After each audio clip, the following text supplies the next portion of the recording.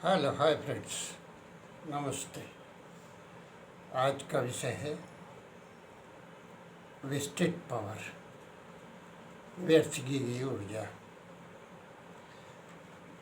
पिछले एपिसोड में आपको बताया गया था कि किसी कार्य को हमें अच्छे से संपन्न करना है तो आवश्यक होता है कि हम अपने को उस कार्य में मनोयोग को जोड़ लें, तल्लीनता से करें, उसमें मन लगा करके करें तो अच्छा रहता है।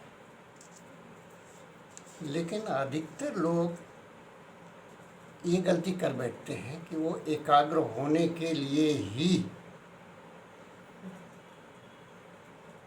उसी में प्रयास करते रहते हैं कि वो एकाग्र हो, जबकि होना ही चाहिए कि हमारी एकाग्रता उस कार्य के लिए होना चाहिए, उस कार्य में एकाग्रता, न कि एकाग्र होने की लड़ाई लड़ने लगे, तैयार होना है भाई एकाग्र पहले हो लो, पहले एकाग्र हो लो। ऐसा नहीं है।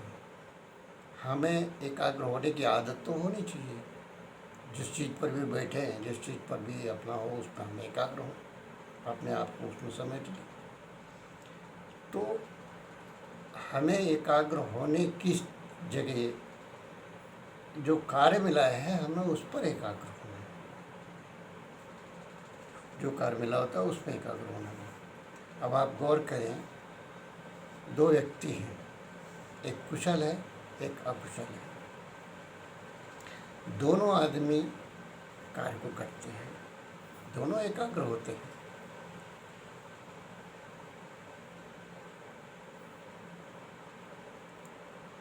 लेकिन जो कुशल कारीगर होता है वो बिना किसी सोच विचार झंझट की, ज़रूरत की, वो अपने कार्य में दत्तचित्त होकर के लग जाता है।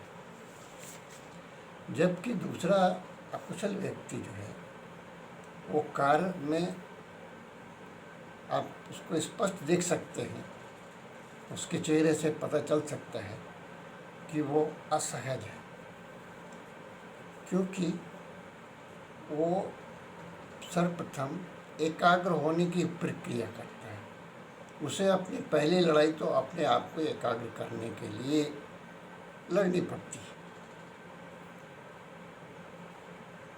और फिर जब कार्य की समाप्ति पर वो व्यक्ति ये महसूस करता है कि देखो उसने कितनी मेहनत के साथ में पसीना बहा करके इस कार्य को संपन्न किया, वो अपने परिणाम को, अपने कार्य के संपन्न होने पर जो परिणाम मिलता है वो उसका मूल्यांकन अपनी मेहनत के आधार पर करता है कि कितनी मेहनत से किया गया है।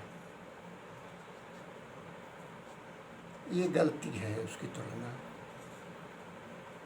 परिणाम से नहीं, वो अपनी मेहनत के आधार पर करता है, जबकि उसे परिणाम के आधार पर तुलना करनी चाहिए थी। वास्तविकता में इस प्रकार कहा जा सकता है कि जैसे सुपारी तोड़ने के लिए कोई हाइड्रोलिक हैमर का इस्तेमाल करे, या हथौड़ी की जगह कोई बड़ा हथौड़ा जिसको घन कहते हैं उसको घन का इस्तेमाल करे, छोटी सी ऊर्जा की जगह उसने बड़ी ऊर्जा का इस्तेमाल किया, उस ऊर्जा में उसको ज़्यादा मेहनत करनी पड़ी, उसने ऊर्जा का, शक्ति का, सामर्थ्य का अपव्यय किया। आजकल एक विचित्र धारणा मूर्खतापूर्ण बन गई है कि जिस कार्य को हम बड़ी मेहनत के साथ करते हैं, खून पसीना बह जाता है, दांत खट्टे हो जाते हैं, जितना ज़्यादा मेहनत से किया जाएगा उसका परिणाम भी उतना अच्छा होगा। ऐसी बात तो है नहीं। हमें से प्रत्येक कार्यकर्ता का प्रमुख उद्देश्य यह होना चाहिए कि कम से कम प्रयास में अधिक से अधिक आसानी पूर्वक काम किया जा सके। एक कुशल कार्यकर्ता वही होता है जो अपने कार्य को, मेहनत को कम से कम ऊर्जा में सुगमता से कर डालता है। अब हम इसी प्रश्न पर आते हैं, आदतें हमारी। जिस व्यक्ति ने आदतों के लिए प्रयत्न किए हैं वो इस बात की आदत बना लेता है कि उसे जिसका जो भी कार्य करना है, वो जिस कार्य में आता है वो अपना अटेंशन उसमें लगा देता है, एकाग्रचित हो जाता है। इस एकाग्रचित होने से उसका दिमाग फ्री रहता है, टेंशन में नहीं रहता वो। जैसा कि अकुशल व्यक्ति पहले सर खुजलाएगा, ये करेगा वो करेगा, ऐसा करना है वैसा करना है, वो दुनिया भर की चर्चा है और अपने आप को तैयार करने में असहज दिखता है और चेहरे से भी दिखता है, ये करना है, ऐसा करना है वैसा करना है।